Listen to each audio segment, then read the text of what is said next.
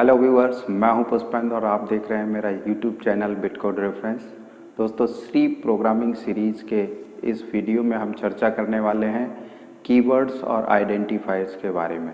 सबसे पहले मैं आपको बता दूं कि जब हम कोई भी लैंग्वेज में कोई भी काम करते हैं तो हमें उसके कैरेक्टर्स से परिचित होना ज़रूरी होता है कि उसमें कौन कौन से कैरेक्टर्स होते हैं और किस तरीके से लिखे जाते हैं। ठीक इसी तरीके से सी प्रोग्रामिंग में भी हम बहुत सारे कैरेक्टर्स का यूज़ करते हैं। उन सारे कैरेक्टर्स को सी प्रोग्रामिंग की कैरेक्टर सेट कहा जाता है। तो कैरेक्टर सेट में हम देख लें कि कौन कौन से कैरेक्टर्स सी प्रोग्रामिंग में यूज़ करेंगे। Character set of C language. सबसे पहले हम जो अल्फ़ाबेट्स उसमें यूज़ करते हैं, अल्फ़ाबेट्स कैपिटल ए से लेकर के कैपिटल जेड तक या फिर स्मॉल ए से लेके स्मॉल जेड तक, इनके बीच का कोई भी अल्फ़ाबेट हम यूज़ कर सकते हैं। इसके अलावा डिजिट्स, जो डेसिमल डिजिट्स होते हैं 0, 1, 2, 3, 4, 5, 6, 7, 8, 9, इनका भी यूज़ हम सी प्रोग्रामिंग में करते हैं। सिंबल्स, कुछ सिंबल्स भी होते हैं जो सी प्रोग्रामिंग में प्रोग्राम बनाते समय यूज़ किए जाते हैं। वो सिंबल्स जैसे कि dollar, percent, hash, inverted comma, comma, opening bracket, closing bracket, square bracket, braces, colon, semi colon और भी कुछ कैरेक्टर्स। इनके अलावा हम कुछ विशेष तरह के कैरेक्टर्स भी यूज़ करते हैं जिन्हें वाइट स्पेस कैरेक्टर कहा जाता है। वाइट स्पेस कैरेक्टर्स, ये वो कैरेक्टर्स होते हैं जो हम कीबोर्ड से टाइप तो करते हैं लेकिन हमें स्क्रीन पे वो दिखाई नहीं देते। ऐसे कैरेक्टर्स वाइट स्पेस कैरेक्टर्स कहलाते हैं। और इन कैरेक्टर्स में space, tab, return, back space,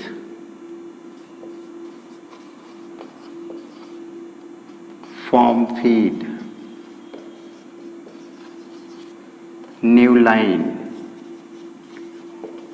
इस तरीके के कैरेक्टर्स होते हैं जो कि हम कीबोर्ड से टाइप तो करते हैं लेकिन वो स्क्रीन पे हमें दिखाई नहीं देते, इसलिए इनको वाइट स्पेस कर।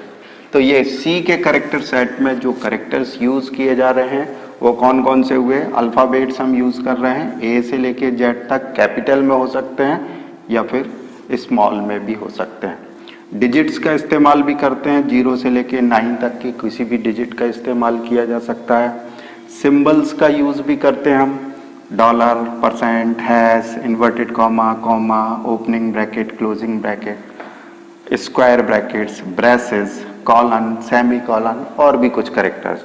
और कुछ वाइट स्पेस कैरेक्टर्स होते हैं जैसे कि टैब हुआ, space bar, back space, return, form feed, new line, इनको हम वाइट स्पेस कैरेक्टर कहते हैं। तो ये सारी की सारी चीज़ें ये सी के कैरेक्टर सेट को रिप्रेजेंट करती हैं। यानी कि सी की प्रोग्रामिंग में हम जब प्रोग्राम बनाएंगे तो इन सारे कैरेक्टर्स का इस्तेमाल करेंगे।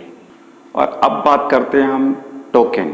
एक बहुत ही इम्पॉर्टेंट वर्ड है सी प्रोग्रामिंग में जिसको हम टोकन कहते हैं।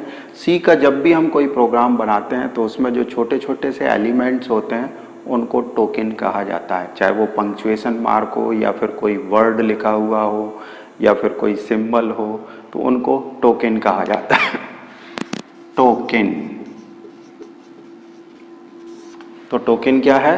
सी प्रोग्राम में जो स्मॉलेस्ट यूनिट है उसको हम टोकन कहते हैं। या ये कह सकते हैं कि हम टोकन के बगैर सी के प्रोग्राम को बना ही नहीं सकते, या फिर ये कहें कि सी का प्रोग्राम टोकन्स से मिलकर के बना होता है। तो सी प्रोग्राम में जितने भी टोकन्स हम यूज़ करते हैं, यदि उनको हम कैटेगरी वाइज क्लासीफाई करें तो ये 6 तरह के हो सकते हैं। पहला, जिसको हम बोलते हैं आइडेंटिफायर, ठीक है। दूसरा टोकन जिसको हम बोलते हैं कीवर्ड। तीसरा कॉन्स्टेंट्स। चौथा स्ट्रिंग। पांचवा स्पेशल सिंबल्स और छठवां ऑपरेटर्स। ठीक है, तो टोकन क्या है? सी प्रोग्राम की जो स्मॉलेस्ट यूनिट है या बेसिक एलिमेंट है उसको हम टोकन कहते हैं। और यदि टोकन को हम कैटेगरी वाइज डिवाइड करें तो ये 6 तरह के होते हैं: identifier, keywords, constants, string, special symbols and operators. आज के इस वीडियो में हम केवल आइडेंटिफायर और कीवर्ड्स पर फोकस करेंगे, बाकी चीज़ों को हम अगले किसी वीडियो में देखने की कोशिश करेंगे। तो सबसे पहले हम देख लेते हैं कीवर्ड क्या कहलाते हैं। कीवर्ड सी लैंग्वेज में कुछ ऐसे वर्ड्स होते हैं जो कि रिजर्व होते हैं और उनका मीनिंग पहले से ही सी कंपाइलर में डिफाइन होता है, इसलिए इनको कीवर्ड के साथ साथ रिजर्व वर्ड भी कहा जा सकता है। रिजर्व वर्ड्स और प्रीडिफाइंड वर्ड्स। ठीक है, तो कुछ ऐसे वर्ड्स जो सी लैंग्वेज में पहले से ही डिफाइंड हैं, किसी विशेष पर्पज के लिए वो रिजर्व करके रखे गए हैं, ऐसे वर्ड्स कीवर्ड्स कहलाते हैं। और इनकी खास बात ये होती है कि इन वर्ड्स को प्रोग्राम में जब हम यूज करते हैं तो लोअर केस में यूज करते हैं। लोअर केस यानी कि स्मॉल लेटर्स में यूज किया जाता है। जब भी कोई स्टेटमेंट का सिंटैक्स लिखा जाता है, सिंटैक्स यानी कि किसी स्टेटमेंट को लिखने का तरीका, जब भी कोई सिंटैक्स तैयार किया जाता है तो उनमें इस कीवर्ड्स को एज अ पार्ट यूज किया जाता है, यानी कि ये सिंटैक्स का एक पार्ट होते हैं।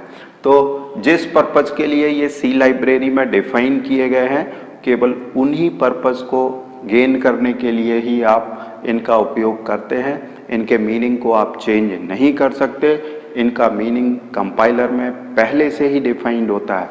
तो ऐसे सारे वर्ड्स कीवर्ड्स, रिजर्व वर्ड या प्री डिफाइंड वर्ड्स कहे जाते हैं और इन्हें हम लोअर केस लेटर में लिखते हैं, यानी कि स्मॉल लेटर्स में लिखते हैं। उदाहरण के लिए हम INT लिखें। INT एक रिजर्व वर्ड है जिसका यूज इंटीजर्स को रिप्रेजेंट करने के लिए किया जाता है। इंटीजर्स। ठीक इसी तरीके से एक वर्ड है फ्लॉट, इसका यूज रियल नंबर्स के लिए किया जाता है। एक और वर्ड है जिसको हम लिखते हैं फॉर, इसका ये एक लूपिंग स्ट्रक्चर है। तो जब कभी भी हमें कोई स्टेटमेंट जिसमें लूप स्ट्रक्चर तैयार करना हो, लिखना हो, तो वहाँ पे फॉर का यूज किया जाएगा। तो ये ऐसे कितने वर्ड्स होते हैं? तो ऐसे 32 वर्ड्स हैं सी लैंग्वेज में जो कि कीवर्ड्स कहलाते हैं, रिजर्व वर्ड्स कहलाते हैं। इनका मीनिंग लाइब्रेरी में ऑलरेडी डिफाइंड है, तो हम इनके मीनिंग को चेंज नहीं कर सकते।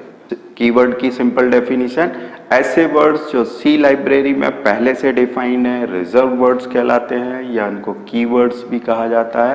इन्हें हमेशा लोअर केस लेटर्स में लिखा जाता है और ये किसी भी सिंटैक्स का पार्ट होते हैं। ऐसे सी लाइब्रेरी में 32 वर्ड्स हैं। तो कीवर्ड्स तो आपको समझ में आ गए और अब हम चर्चा करते हैं आइडेंटिफायर्स के बारे में। ऐसे वर्ड्स होते हैं कुछ जो हम किसी विशेष आइटम को रिप्रेजेंट करने के लिए या आइडेंटिफाई करने के लिए तैयार करते हैं, उन्हें हम आइडेंटिफायर कहते हैं। उदाहरण के लिए जैसे हम लोगों का नाम होता है, हमें पहचानने के लिए हमारा नाम सफिशिएंट होता है। ठीक इसी तरीके से सी की प्रोग्रामिंग जब हम करते हैं और प्रोग्राम तैयार करते हैं तो उसमें बहुत सारे आइटम्स तैयार करने पड़ते हैं, बहुत सारे स्टेटमेंट्स लिखे जाते हैं। उनमें किसी विशेष आइटम को हमें जब आइडेंटिफाई करना हो तो उनको हम कोई नाम दे देते हैं। ऐसे दिए गए नाम आइडेंटिफायर्स कहलाते हैं। उदाहरण के लिए हम कोई वेरिएबल तैयार करते हैं तो वेरिएबल को एक नाम दिया जाता है, हम कोई फंक्शन तैयार करते हैं तो फंक्शन को एक नाम दिया जाता है, हम कोई स्ट्रक्चर तैयार करते हैं तो उस स्ट्रक्चर को एक नाम दे देते हैं, हम कोई यूनियन तैयार करते हैं तो उस यूनियन को एक नाम दे देते हैं, जिससे कि हम उस पर्टिकुलर आइटम को पहचान सकें। तो आइडेंटिफायर ऐसे वर्ड्स हैं जो यूजर के द्वारा तैयार किए जाते हैं और प्रोग्राम में विभिन्न आइटम्स को आइडेंटिफाई करने के लिए यूजर उन्हें तैयार करता है। चूंकि इन्हें यूजर तैयार करता है तो इन्हें तैयार करने के कुछ रूल्स भी होते हैं। वो रूल्स कौन कौन से हैं? तो पहला रूल है, उसके हिसाब से जब भी हम आइडेंटिफायर को तैयार करेंगे तो उसमें लेटर्स, डिजिट्स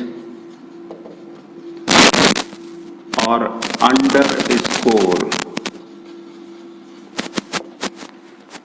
के साइन का यूज कर सकते हैं। यानी कि आइडेंटिफायर का नाम तैयार करते समय उनमें हम लेटर्स ए से लेके जेड तक, स्मॉल या कैपिटल दोनों हो सकते हैं, डिजिट्स 0 से लेके 9 तक के, और अंडरस्कोर का जो साइन होता है उन इनमें से किसी भी चीज का यूज करके हम आइडेंटिफायर का नाम तैयार कर सकते हैं।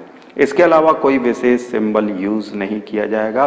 फॉर एग्जाम्पल कि अगर हम किसी आइडेंटिफायर को इस तरीके से लिखें टोटल, तो ये एक वैलिड आइडेंटिफायर है क्योंकि इसमें लेटर्स का यूज किया गया है। हम दूसरा आइडेंटिफायर लिखते हैं टोटल 1 2, ये भी एक वैलिड आइडेंटिफायर है क्योंकि इसमें लेटर्स और डिजिट्स का यूज किया गया है। हम अंडरस्कोर टोटल इस तरीके से लिखें तो ये भी एक वैलिड आइडेंटिफायर है क्योंकि इसमें अल्फाबेट्स और अंडरस्कोर के साइन का यूज किया गया है। ठीक है। दूसरा जो रूल है उसके हिसाब से आइडेंटिफायर का पहला कैरेक्टर जो है वो लेटर या अंडरस्कोर का साइन ही होना चाहिए, उसमें किसी तरीके के डिजिट्स का उपयोग नहीं किया जा सकता। यानी कि आइडेंटिफायर के नाम में तो डिजिट्स हो सकते हैं, लेकिन जो आइडेंटिफायर का पहला कैरेक्टर होगा वो या तो लेटर हो सकता है या फिर अंडरस्कोर का साइन हो सकता है। इसके अलावा आप डिजिट्स को पहले कैरेक्टर के रूप में यूज नहीं कर सकते। फॉर एग्जाम्पल यहाँ पे इस आइडेंटिफायर में पहला कैरेक्टर टी लिखा गया है जो कि लेटर है, इसलिए ये वैलिड है। इस आइडेंटिफायर में भी पहला कैरेक्टर टी लिखा गया है, इसलिए ये वैलिड है। इस आइडेंटिफायर में पहला कैरेक्टर अंडरस्कोर का साइन बनाया गया है, इसलिए ये भी वैलिड है। लेकिन अगर कोई आइडेंटिफायर 1 2 टोटल लिखा गया है तो ये जो है ये रॉन्ग है, इनवैलिड है, क्योंकि इसमें पहला कैरेक्टर डिजिट है जो कि नहीं होना चाहिए। यानी कि दूसरे रूल के हिसाब से first character should be, must be letter और अंडरस्कोर। तो ये दूसरा रूल भी आपको समझ में आ गया होगा कि पहला कैरेक्टर जो है आइडेंटिफायर का जो भी नाम हम रखें उसमें पहला कैरेक्टर या तो लेटर होगा यानी कि अल्फाबेट होगा या फिर अंडरस्कोर का साइन होगा। तीसरा जो रूल है उसके हिसाब से आइडेंटिफायर की जगह पे किसी भी कीवर्ड का इस्तेमाल नहीं किया जा सकता। यानी कि keywords can not be used as identifier. ठीक है। यानी कि कोई भी जो 32 कीवर्ड्स होते हैं सी लैंग्वेज में उनको आप आइडेंटिफायर की तरह यूज नहीं कर सकते क्योंकि वो रिजर्व होते हैं, उनका मीनिंग पहले से डिफाइन होता। और चौथा एक रूल उसकी लेंथ को लेकर के है। तो आइडेंटिफायर का नाम जो मैक्सिमम हो सकता है वो अप टू 31 कैरेक्टर्स तक का ही रखा जाना चाहिए, क्योंकि अधिकतर कंपाइलर्स जो हैं इनको 31 कैरेक्टर तक ही एक्सेप्ट करते हैं। तो इस तरीके से जो आइडेंटिफायर का जो नाम हम तैयार करते हैं उनमें इन 4 चीज़ों का ध्यान रखा जाना चाहिए। पहला, कि आइडेंटिफायर के नाम में लेटर, डिजिट्स और केवल अंडरस्कोर साइन का ही यूज़ किया जा सकता है। दूसरा, पहला कैरेक्टर अंडरस्कोर या फिर लेटर हो सकता है। तीसरा, किसी भी कीवर्ड को आइडेंटिफायर की तरह यूज़ नहीं किया जा सकता। और चौथा, आइडेंटिफायर का नाम मैक्सिमम 31 कैरेक्टर्स तक होना चाहिए। हालांकि मैं personally up to 8 character use करता हूँ, लेकिन अधिकतर कंपाइलर 31 कैरेक्टर तक सपोर्ट करते हैं। तो इस तरीके से आज आपको मैंने जो चीज़ें बताई उनमें कैरेक्टर सेट, टोकन, आइडेंटिफायर और कीवर्ड्स के बारे में चर्चा की। यदि आपको कोई डाउट है, कुछ समझ में नहीं आया है, तो आप कमेंट लाइन में मुझे लिख के ज़रूर बताएं ताकि मैं उसे रेक्टिफाई कर सकूं। यदि वीडियो आपको अच्छा लगा है तो आप उसे लाइक ज़रूर करें, इससे मैं इनकरेज होता हूं कि लोगों को पसंद आ रहा है। और यदि आपको मेरा चैनल अच्छा लगता है तो उसे आप सब्सक्राइब कर लें। अगले वीडियो में हम किसी और टॉपिक पे चर्चा करेंगे। तब तक के लिए आपको बहुत बहुत धन्यवाद।